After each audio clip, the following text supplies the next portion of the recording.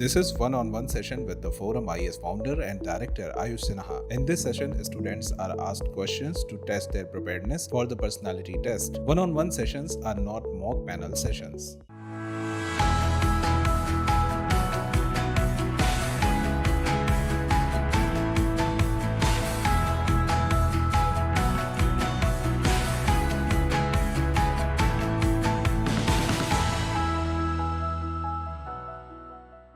Let us begin with a few questions. Then Vaishnavi, so can you introduce yourself to me?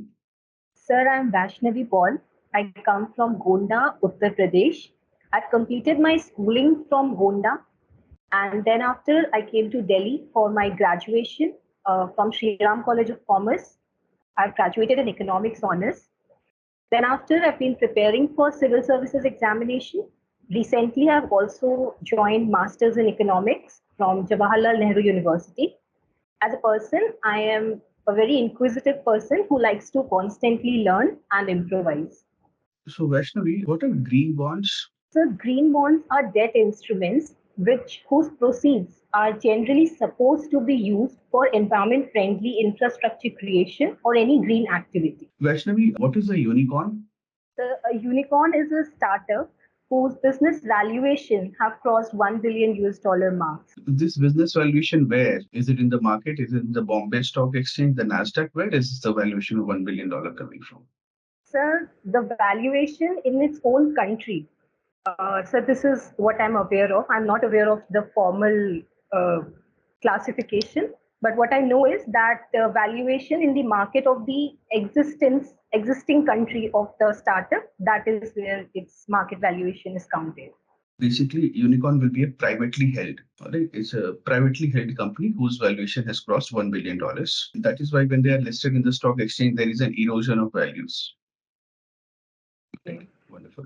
Vaishnavi, the economic survey has said, and even otherwise, the government has a certain theory with respect to why onion prices after every few years they rise in Delhi. Can you tell me why onion prices have a sudden spike in some years in Delhi or even in the rest of the country? And what government policies are responsible for this rise in onion prices? So the fluctuation in prices mainly comes from a rise or a fall in production. Now, this production rise and fall can come through fluctuating weather conditions, either monsoon or rising heat wave. B, it can also be because of previous year prices crashing and thus the farmers planning lesser supply or lesser production in the current year. So these are the two reasons for price fluctuation. And government policies, sir, what I can presently recall or think of is that a control in the market prices, a control of exports or imports or of market prices is what causes interference in the rise or fall of the prices of onion. So for example, if government does not allow exports of onion prices, of onion, the prices would crash in the domestic market in this current year, and in the next year, farmers would not plant a higher production. All right.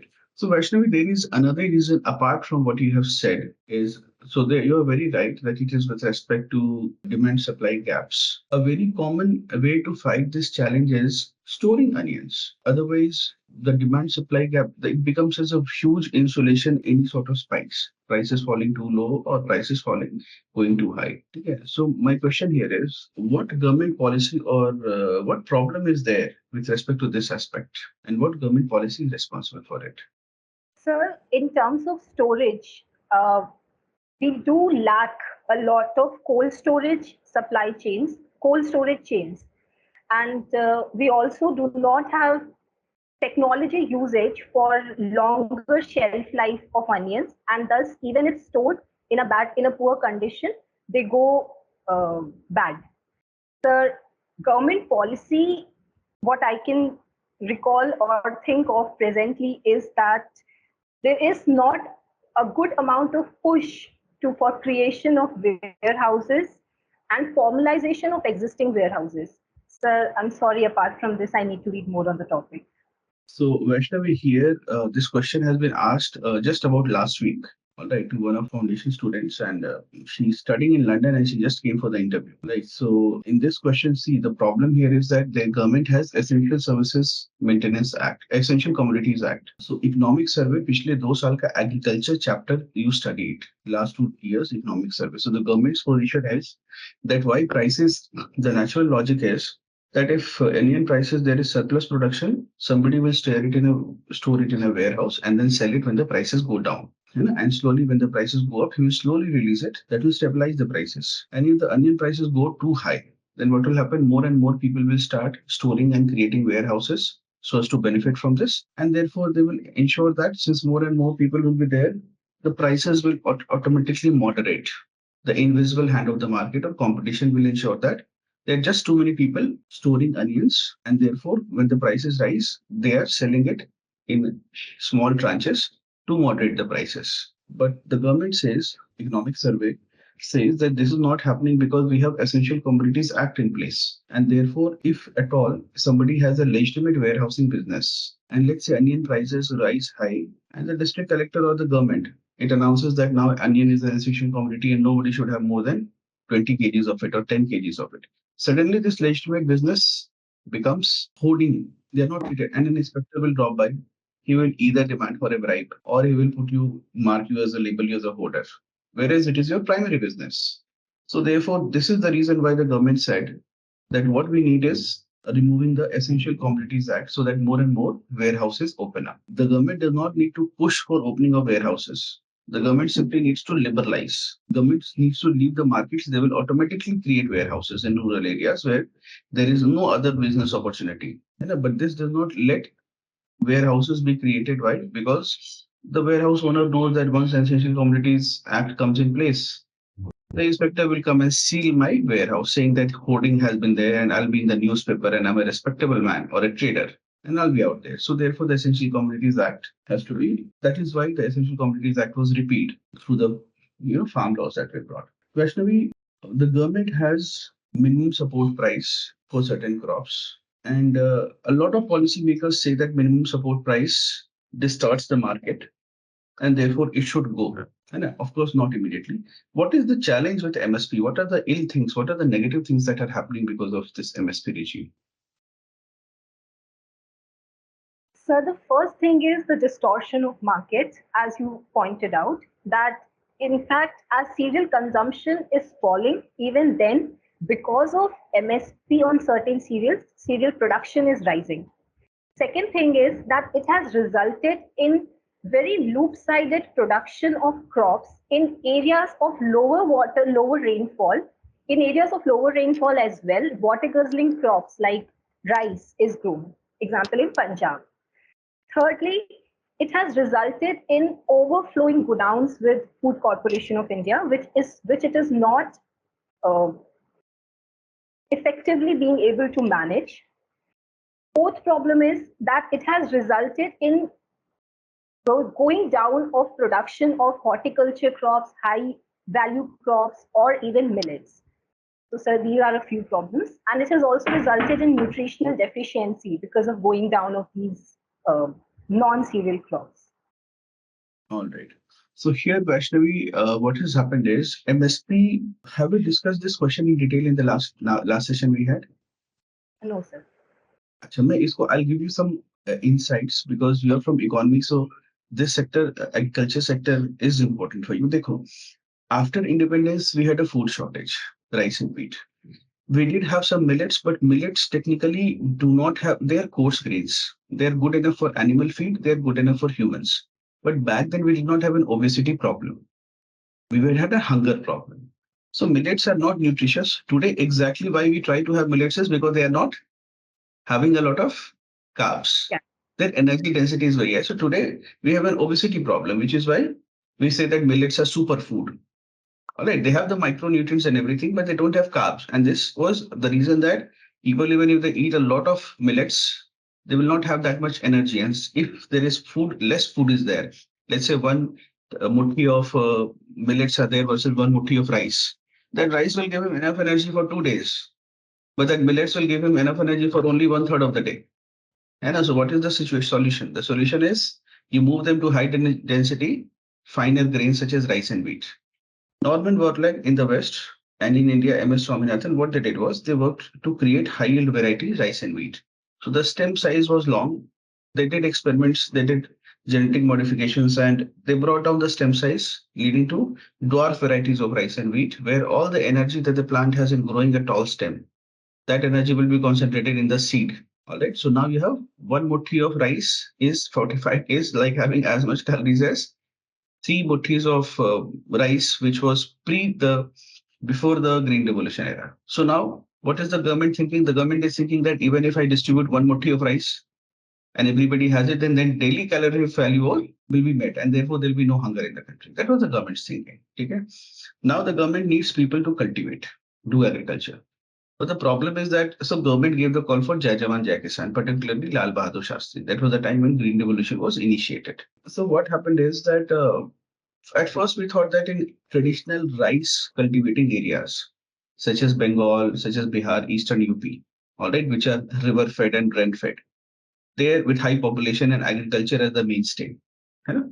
So therefore, the first thing he was that let us encourage the farmer here. Here, the farmer is also the tiller of the land. He's not hiring people to do things. समझ में आ रहा है तो नहीं तो कुछ लिखना है तो लिख लेना बच्चे ठीक है ये इसकी अंडरस्टैंडिंग पूरी अच्छा है ना क्लियर होनी चाहिए तो दे फर्स्ट थॉट कि चलो यहाँ पर देते हैं इंसेंट मतलब we last them to cultivate but now let's say you only have maybe you don't have land in acres. For example, if you go to Eastern UP, you will always see that the land that will be there, you will buy, it will be in kathas or something like that. So the thinking was that he is the tiller of the. Now this person is doing subsistence agriculture in Eastern UP, Bihar. His plot size is very small. If you go to get a land in Haryana versus in, let's say, Bihar, you will get land in kathas in Bihar, which is 1300 square foot. And if you want to get land in Haryana, for example, you will get it in acres, which will be like generally, it's from what I know, it is like 45,000 square foot. That's the difference. All right, because why? Because of heavy population, land fragmentation has happened here. So the land size is so small, the farmer know that even if I work very hard, I don't have enough land capital that I'll be able to get a profit. So it was not that motivated. Also, rain fed means that you are being influenced by natural aspects and by nature aspects. So then we shifted Green Revolution and we planted in Punjab, Haryana, Western UP, where the rainfall, where the river fed systems are not there. So therefore you do not have a flooding problem, where rain is not as much happening as it is happening in eastern part of the country, and where population pressure is not there. So land fragmentation is not there. So large tracts of land are available. So now this farmer in Western UP or Punjab and Haryana is very different from the Eastern India farmer. Why? He has a large tract of land. Also, there were other aspects which led to land pooling and all. They were successful. So therefore, large tracts of land were available. Now the farmer, he knows that if I'm doing cultivation in acres and in big sizes, and if I'm able to sell it, I'll be making an immense profit. So he has a huge incentive. All right. So where he is doing is he doing the actual cultivation? He's not. He's hiring now the same farmers from Eastern UP and Bihar. They will migrate to Punjab and Haryana, and they will do cultivation for him. Therefore, these are called agricultural migrants. But this farmer, before putting such a huge land area under cultivation, he asked the government that where will we sell? The government felt that there's no private market for it. You know what market is? A place where goods and services are exchanged. Right? You go to the market, you pay some money, you buy a dress for yourself. Right. So that, but it has to be somewhere, right? There has to be a location where all these shops are located. Now the market did not exist or they were not as developed. Also, the government had a feeling, socialistic state had a feeling that if we do allow the markets too much say, then maybe a country that was, colonized by a East India company, a private company. So there was general distrust for business. And so the government said, you don't worry, we will create markets and you don't worry about the procurement. We will come up with the Food Corporation of India, 1964 around we established.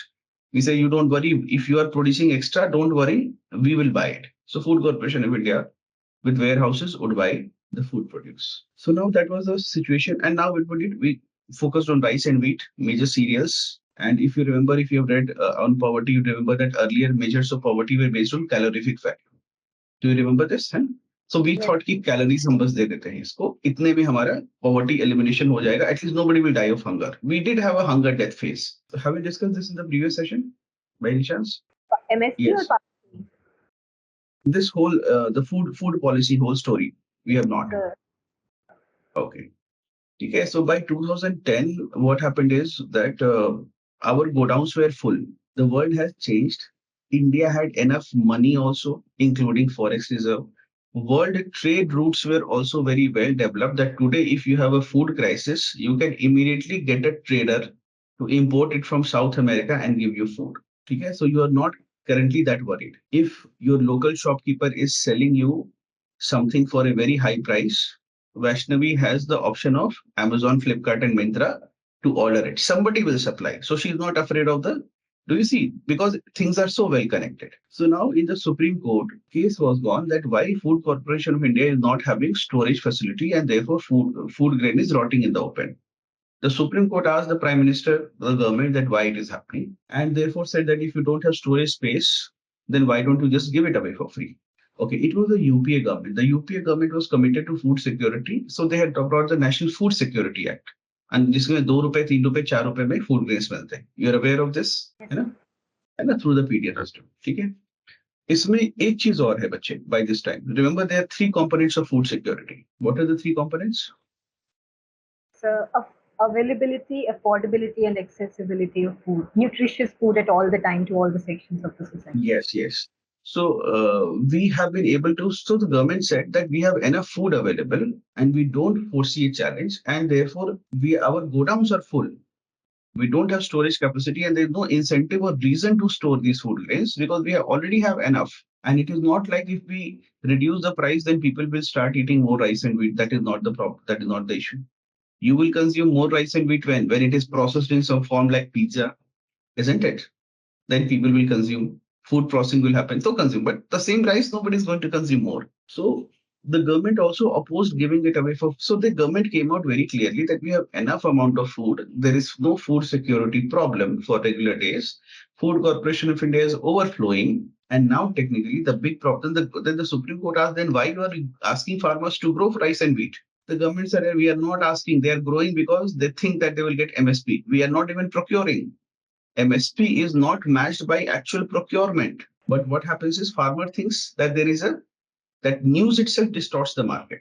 Think of it that there are, for example, young graduates, low-skilled young graduates, and let's say they are thinking of, they have joined different jobs in the private sector. Okay, not very skilled graduates. And the government announces that there will be 100 or 200 vacancies for SSC, and the salary will be 50,000. Now, and the government says that we will come out with a notification in the coming days. So what will happen? This will completely distort the labor market because every graduate will think that I will be able to clear SSC. So why to work in Airtel or Vodafone? The salary here is much less. The government salary is 50,000. So just this news. Now the vacancies are only 100. But the whole labor market will be completely distorted. The private sector will say we are having trouble getting people because 4 or 5 crore youths that are available in the market are thinking that we'll go for SSC because the salary is higher, and therefore just this news. The government may not do the recruitment also that year, or it may cancel the exam. But still, because of that, the labor market will be distorted. And so that is why it is sometimes said that the government is the largest distorter of labor market for this reason. Now, in the agriculture market also, government does this distortion. Okay, so therefore, the government economic survey that then it started proposing that we cannot actually procure the food grades, but what we can do is if the price falls below the MSP, we will not do away with MSP. Then we are willing to pay the difference of what is the market price versus the MSP. We'll give it to the farmer, but we have neither the need nor the capacity to procure. So this is the government's position way back, like 10 years, 20 years, 15 years back.